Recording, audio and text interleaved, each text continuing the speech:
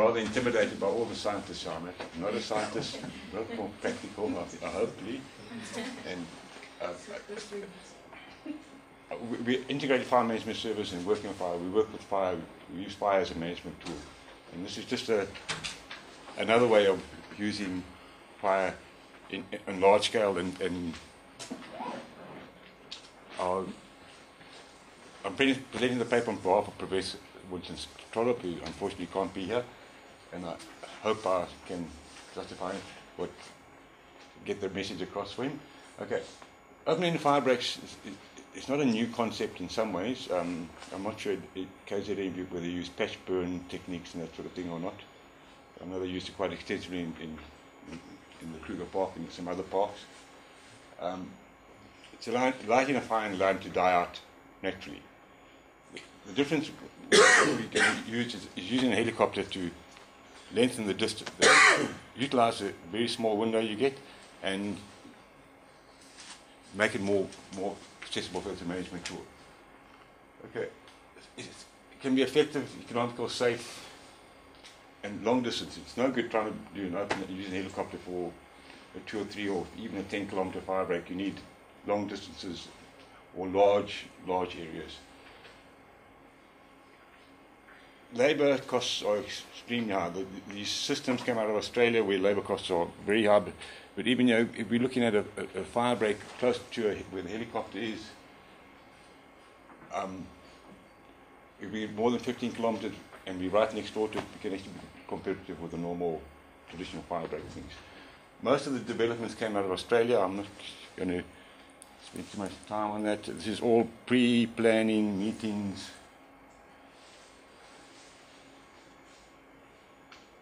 It must be practical, and it can be used for a number. It can be used to control, especially in accessibility, to control the spread of wildfires. And for the conservation industry, the sort of waving lines and things, it's not the old rigid straight lines. It's much more acceptable, and it won't die in the same place every year. So it probably would get a more diversity in those sort of fire breaks. Okay, we need partially cured fuels. In late summer, we've actually done some trials now in early summer, late spring burns, and you get the same type of effect, but we have to do more work on that. Continuous ignition line, we're using a chopper to do it, but we use it time in the late afternoon. The RHs are going up, temperatures are dropping. The fire danger is going down. You result in much cooler fire that will die naturally. Low intensity, slow spread, and if you get dew, it'll die out, and you've got a fire break that, without spending too much money, in theory you'd only have a chopper there. Up to now, we've had teams on standby as well, for in case, because we're still a little bit nervous. But depending on the area and what human influence you have there, you might be able to safely do it without putting any other resources in except lighting the fire break. Okay. We drop capsules from a chopper. You could do it manually, but you just can't get the distance if you do it manually. So you need another form of ignition. Little capsules out of the chopper. The initial machine that you'll see in the picture here, the maximum you could do is 80 per minute. The new machine that we have now is 280 per minute. So you can actually fly at quite fast speed. We're dropping the capsules probably 15 to 20 meters apart. This is the old machine, the R2. It's basically got a reel of capsules in here. It's on the plastic. You'll see the plastic now. Goes through the machine. As it goes through, the blade comes up and cuts off the capsule and injects it simultaneously. So you only have one live capsule, and it drops straight down your exhaust tube. So this all makes it very safe to use in a chopper, and the CAA approved for. We have 2 choppers ready to use at the moment. We don't have one in KZN at the moment, but depending on the amount of work, it probably would be the way to go, because there's huge areas here where you could use this type of system. That's belt of capsules that will be in the boxes. Potassium permanganate, and you inject it with glycol to start the fire. This is just showing the igniting. It's a gentle fire. It's not fire spitting things or bombs or anything like that. It's just an ignition source. It takes about 40 seconds. The capsule is already on the ground when it ignites. And then I'll go to.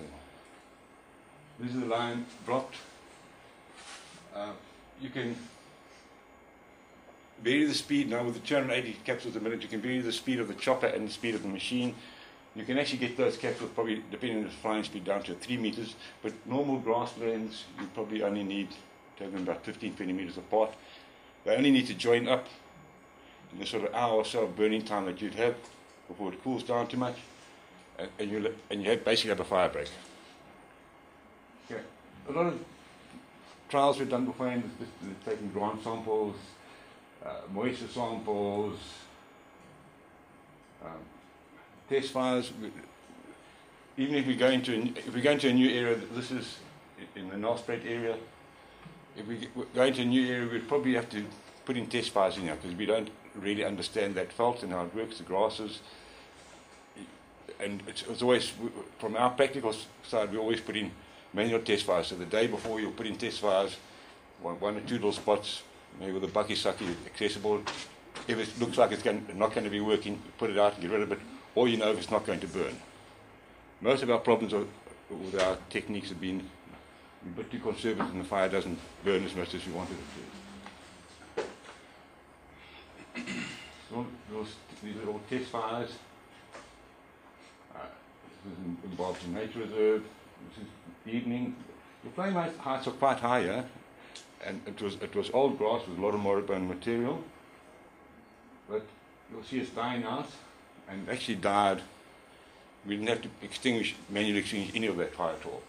So sort of what we're looking at, this guideline is a fuel load of about 4,000 kilograms per hectare.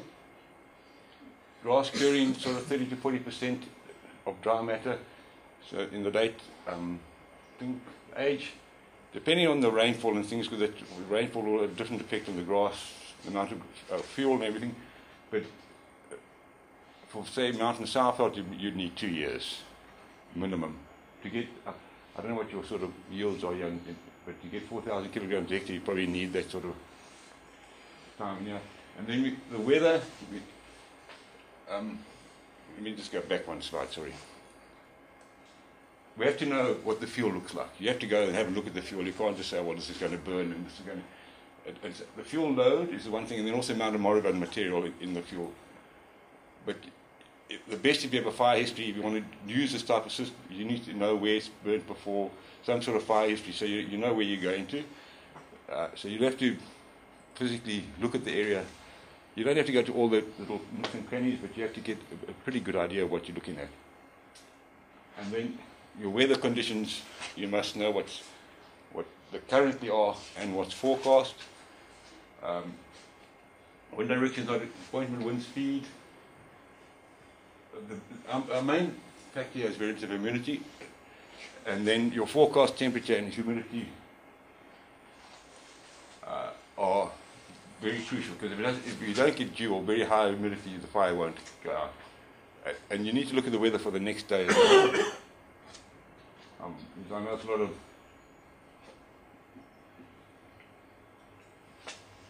late summer, autumn. We say May to July. We actually have, depending on the terrain, we've had one area we tried to burn in June. It was 1 year old grass, and we thought we'd be able to just fit it in.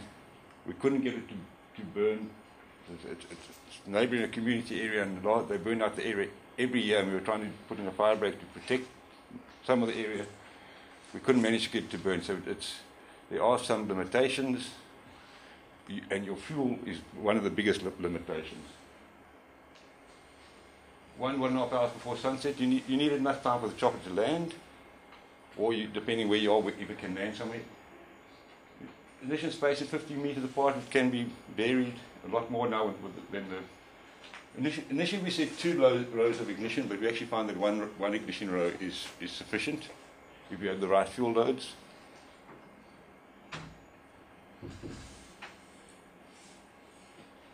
Okay, there was only one chopper registered then, but basically the Bell 206 is the only one we can register at the moment. And they are available, and it's a matter of just getting through the process. It's not that difficult to do, except for when you do anything with aviation. It's a cost factor. We said having bucket stacks on the ground, but that's not even feasible in some areas, and down the line you probably wouldn't need that. Another option would be to actually have a Bambi bucket that you could attach to the same chopper as a standby unit if it was necessary. But if your conditions are right, it shouldn't be necessary to use any other form of fire suppression there. Now I'm going very fast, and that's the open-ended fire breaks, and then using a chopper that just to expand it a little bit, it's much safer. There's no personnel in the area. It is cost effective for large areas. Inaccessible areas which are extremely difficult to do the fire management become much easier. And then we can use for open-ended fire breaks, large block burns.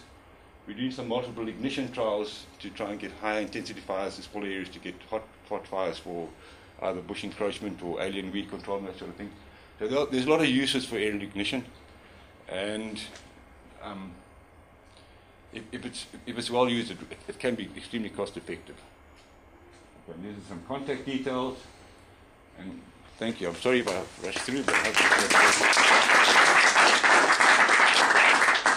thank you. Hope you do have time for questions. Yes, take. Bob, just a question about, obviously it's quite an interesting, innovative way of burning a fire break, but has this been tested in highland grassland?